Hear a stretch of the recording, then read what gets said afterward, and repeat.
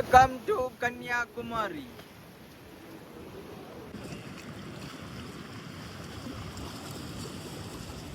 Vivekananda memorial ಸ್ಟ್ಯಾಚ್ಯೂಗೆ connect ಮಾಡುವಂತ glass bridge ಮೇಲೆ ಇದ್ದೀನಿ. ವ್ಯೂ ನೋಡಿ.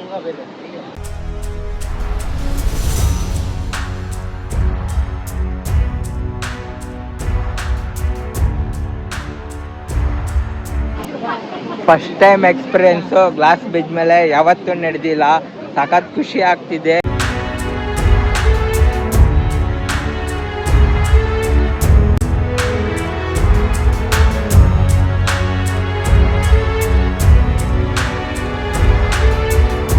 ಗೈಸ್ ಹಾಗೆ ನೋಡಿ ಬೋಟಿಂಗ್ ಹೋಗ್ತಾ ಇದೀವಿ. ಒಬ್ಬರಿಗೆ ಎಂಟ್ರಿಗೆ 100 ರೂಪಾಯಿ ಟಿಕೆಟು. ಬೋಟಿಂಗ್ ಸೂಪರ್ ಆಗಿದೆ. Welcome to Kanyakumari. ಗೈಸ್ ಕನ್ಯಾಕುಮಾರಿಯಲ್ಲಿ ನಾನಿದ್ದೀನಿ ಇವಾಗ. ನೀವು ನೋಡ್ತಿದ್ದೀರಾ ನನ್ನ ಮುಂದ್ಗಡೆ ಬ್ಯೂಟಿಫುಲ್ ಆಗಿರುವಂತಹ ಸನ್ರೈಸ್ ಆಗ್ತಿದೆ. ಸೊ ಸಖತ್ತಾಗಿರುವಂತಹ ಸನ್ರೈಸು ನೋಡೋಕ್ಕೆ ಬಂದಿದ್ದೀನಿ. ಆಮೇಲೆ ಎಲ್ಲೆಲ್ಲಿ ಹೋಗ್ತೀನಿ, ಏನೇನು ಪ್ಲೇಸ್ ತೋರಿಸ್ತೀನಿ ಅಂತ ವಿಡಿಯೋ ಕೊನೆವರೆಗೂ ನೋಡಿ. ಯಾವುದೇ ಕಾರಣಕ್ಕೂ ಮಿಸ್ ಮಾಡಬೇಡಿ. ಬ್ಯೂಟಿಫುಲ್ ಆಗಿರುವಂಥ ಸನ್ರೈಸ್ ನೋಡೋಣ ಇವಾಗ.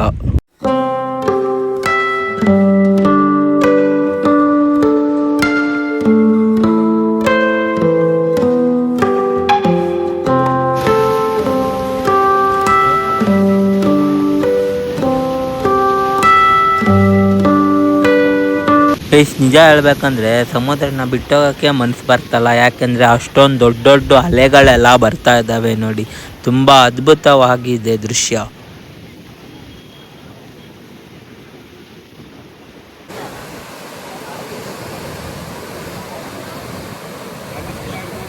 ಗೈಸ್ ಕನ್ಯಾಕುಮಾರಿಯಲ್ಲಿ ದೇವಸ್ಥಾನ ಹಿಂದ್ಗಡೆ ಫುಲ್ಲು ಸಮುದ್ರ ಎಲ್ಲ ಇದೆ. ಸಖತ್ತಾಗಿರುವಂಥ ಫೆರ್ರಿ ಹೋಗ್ತಾ ಇದೆ ನೋಡಿ. ಇದರಲ್ಲಿ ಕೂಡ ತುಂಬ ಜನ ಇದ್ದಾರೆ. ದೂರದಲ್ಲಿದೆ, ಕಾಣಿಸ್ತಿಲ್ಲ ಅಷ್ಟೊಂದು.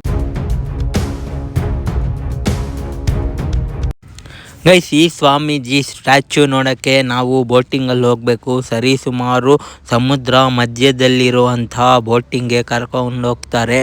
ತುಂಬ ಅದ್ಭುತವಾಗಿದೆ. ಇವಾಗ ಗ್ಲಾಸ್ ಬ್ರಿಡ್ಜ್ ಕೂಡ ಮಾಡಿದ್ದಾರೆ ನೋಡಿ. ಅಷ್ಟು ದೂರದಲ್ಲಿ ಬೋಟ್ಗಳೆಲ್ಲ ಕಾಣಿಸ್ತಿದೆ.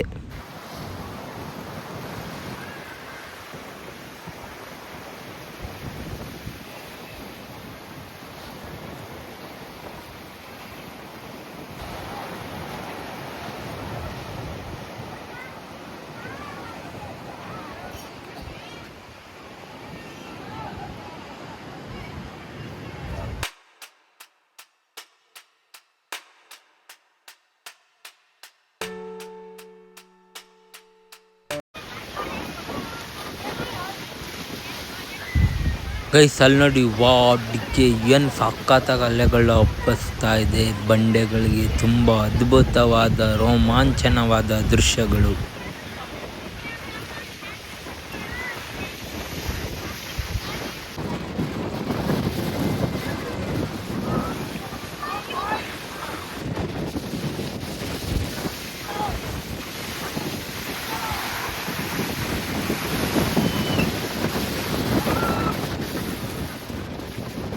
ನನ್ನಿದೆ ಬಿಗ್ಗೆಸ್ಟ್ ಆಗಿರುವಂಥ ಸ್ವಾಮೀಜಿ ಸ್ಟ್ಯಾಚ್ಯೂ ಹಾಗೂ ವಿವೇಕಾನಂದರ ಸ್ಟ್ಯಾಚ್ಯೂ ಕೂಡ ನೋಡ್ಬೋದು. ತುಂಬ ಅದ್ಭುತವಾದ ಸಮುದ್ರಗಳ ಅಲೆ ಸೌಂಡು ಸಖತ್ತಾಗಿ ಕೇಳಿಸ್ತಿದೆ.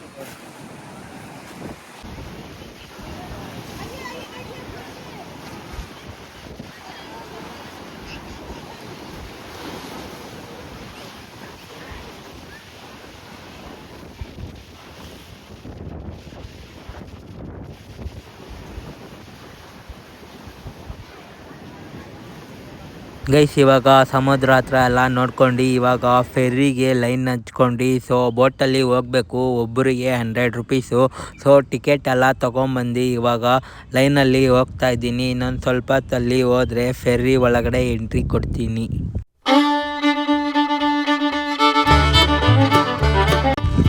ಗೈಸ್ ಇಲ್ಲಿ ಬೋಟಿಂಗ್ ಹೋಗೋವಾಗ ಎಷ್ಟೊಂದು ಬೋಟ್ಗಳೆಲ್ಲ ಇಲ್ಲೇ ನಿಲ್ಲಿಸ್ಬಿಟ್ಟಿದ್ದಾರೆ ನೋಡಿ. ಯಾಕೆ ಅಂತ ನನಗೂ ಗೊತ್ತಿಲ್ಲ. ಜರ್ನಿ ಶುರು ಆಗಿದೆ. ಅದಕ್ಕೂ ಮುಂಚೆ ನಾವೆಲ್ಲ ಲೈಫ್ ಜಾಕೆಟ್ ಹಾಕ್ಕೊಂಡು ಬೋಟ್ ಒಳಗಡೆ ಎಂಟ್ರಿ ಕೊಟ್ಟೆ. ತುಂಬ ಅದ್ಭುತವಾಗಿತ್ತು ಈ ಜರ್ನಿ ಕೂಡ. ಸಮುದ್ರದ ಮಧ್ಯದಲ್ಲಿರುವಂಥ ಸ್ವಾಮೀಜಿ ಸ್ಟ್ಯಾಚ್ಯೂ ನೋಡೋಕ್ಕೆ ಹೋಗ್ತಾ ಇದ್ದೀನಿ.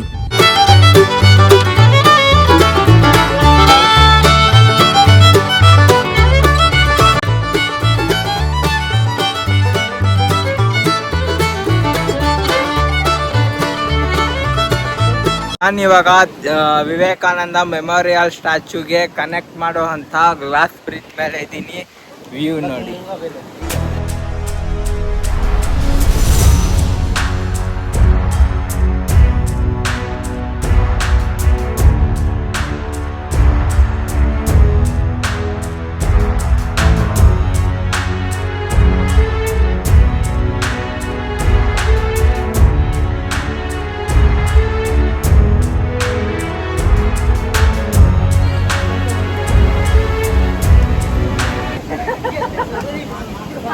First time experience glass bridge ಮೇಲೆ ಯಾವತ್ತೂ ನಡೆದಿಲ್ಲ.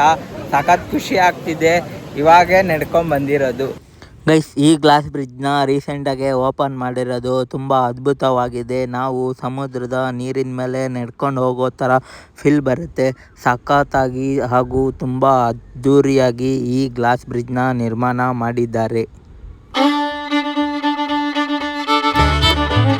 ಗೈಸ್, ಇವಾಗ ಮೇಲೆ ತಿರುವನಲ್ಲೂರು ಸ್ವಾಮೀಜಿ ಸ್ಟ್ಯಾಚ್ಯೂ ನೋಡೋಕ್ಕೆ ಮೆಟ್ಲುಗಳು ಮಾಡಿದ್ದಾರೆ.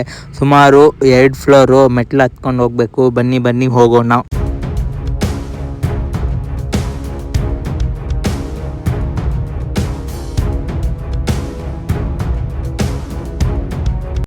ಗೈಸ್, ಇಲ್ಲಿ ವಿಂಡೋ ಕಾಣಿಸ್ತಿದೆ ನೋಡಿ. ಇಲ್ಲಿಂದ ಬಗ್ ನೋಡಿದ್ರೆ ವಾ ಡಿಕ್ಕೆ ಏನು ವ್ಯೂ ಗುರು, ಸಖತ್ತಾಗಿ ಕಾಣಿಸ್ತಿದೆ ನೋಡಿ.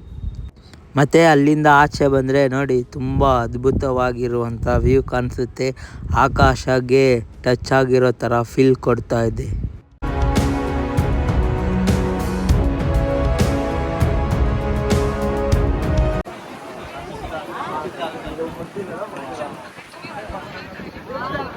ಗೈಸ್, ನೀವೇನಾದರೂ ಇಲ್ಲಿ ಬರಬೇಕಂತ ಪ್ಲ್ಯಾನ್ ಮಾಡಿದ್ರೆ ಸಮ್ಮರ್ ಸೀಸನಲ್ಲಿ ಬರಲೇಬೇಡಿ. ಹ್ಯುಮಿಡಿಟಿ ಲೆವೆಲ್ಲು ಜಾಸ್ತಿ ಇರುತ್ತೆ, ಸಿಕ್ಕಾಪಟ್ಟೆ ಬಿಸಿಲು. ಸೊ ನೋಡೋಕ್ಕೆ ತುಂಬ ಕಷ್ಟ ಆಗುತ್ತೆ. ರೈನಿ ಸೀಸನಲ್ಲಿ ಬಂದರೆ ಸಖತ್ತಾಗಿರುತ್ತೆ. ಇವಾಗ ನೋಡಿ, ಈ ಬೋಟಲ್ಲೇ ನಾವು ಬಂದಿರೋದು. ಇವಾಗ ತುಂಬ ಜನ ಬರ್ತಾ ಇದ್ದಾರೆ. ಸಮುದ್ರದ ನೀರು ಕಲರಾಗಿ ಕಾಣಿಸ್ತಿದೆ. ಇಲ್ಲಿ ನೋಡಿ, ಫುಲ್ಲು ವೈಟ್ ಕಾಣಿಸ್ತಿದೆ. ಇಲ್ಲಿ ನೋಡಿ, ಒಂಥರ ಕಲರ್ ಕಾಣಿಸ್ತಿದೆ. ದೂರದಲ್ಲಿ ನೋಡಿ, ಫುಲ್ ನೀಲಿ ಕಲರ್ ಕಾಣಿಸ್ತಾ ಇದೆ. ರೇಂಜಿಗೆ ಬಿಲ್ಡ್ ಮಾಡಿದ್ದಾರೆ ಅಂದೆ. ಬಾ ಡೇ ಸಖತ್ತಾಗಿ ಬಿಲ್ಡ್ ಮಾಡಿರೋ. ಎಷ್ಟು ಹೈಟು, ಎಷ್ಟು ನೀರು, ಎಷ್ಟು ಅಲೆ ಹೊಡಿತಾ ಇದೆ ಅಂದರೆ ಸಾಲಿಡ್ ಆಗಿದೆ.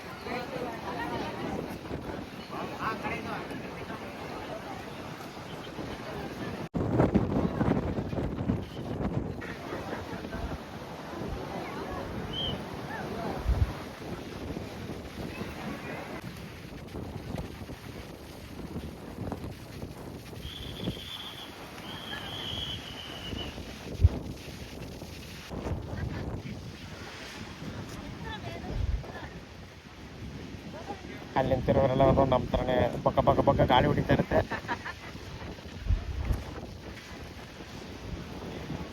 ಗೈಸ್, ಇಲ್ಲಿ ಮೇಲೆ ನಿಂತ್ಕೊಂಡು ನೋಡಿದ್ರೆ ನೋಡಿ, ಎಷ್ಟೊಂದು ದೂರದಲ್ಲಿ ವಿಂಡ್ ಮಿಲ್ ಕಾಣಿಸ್ತಿದೆ. ಇದರಿಂದ ಕರೆಂಟ್ ಪ್ರೊಡ್ಯೂಸ್ ಮಾಡ್ತಾರೆ ಹಾಗೂ ಬೆಟ್ಟ ಗುಡ್ಡ ಎಲ್ಲ ತುಂಬ ಅದ್ಭುತವಾಗಿ ಕಾಣಿಸುತ್ತೆ. ಗೈಸ್, ಮತ್ತೆ ನಾನು ಅದೇ ಬೋಟಲ್ಲಿ ಬಂದಿದ್ನಲ್ಲ, ಹಾಗೆ ಲೈಫ್ ಜಾಕೆಟ್ ಹಾಕ್ಕೊಂಡು ಮತ್ತೆ ರಿಟರ್ನು ಎಕ್ಸಿಟ್ ಆಗ್ತಾ ಇದ್ದೀನಿ. ಮೇಲ್ಗಡೆ ನೋಡಿ, ದೂರದಿಂದ ಎಷ್ಟು ಜನ ಪಿಲ್ಲೆ ಕಾಣಿಸ್ತಿದ್ದಾರೆ. ತುಂಬ ಅದ್ಭುತವಾಗಿತ್ತು ಈ ಪ್ಲೇಸ್ ಮಾತ್ರ. ಸೊ ಸ್ವಾಮಿ ವಿವೇಕಾನಂದ ಸ್ಟ್ಯಾಚ್ಯೂ ಕೂಡ ನೋಡ್ಕೊಂಬಂದೆ. ಒಳಗಡೆ ಯಾವುದೇ ರೀತಿ ವಿಡಿಯೋ ಫೋಟೋಗ್ರಫಿ ಏನೂ ಮಾಡೋಕ್ಕೆ ಕೊಡಲ್ಲ, ಬೇರೆ ಆಚೆಗಡೆ ಮಾಡ್ಬೋದು.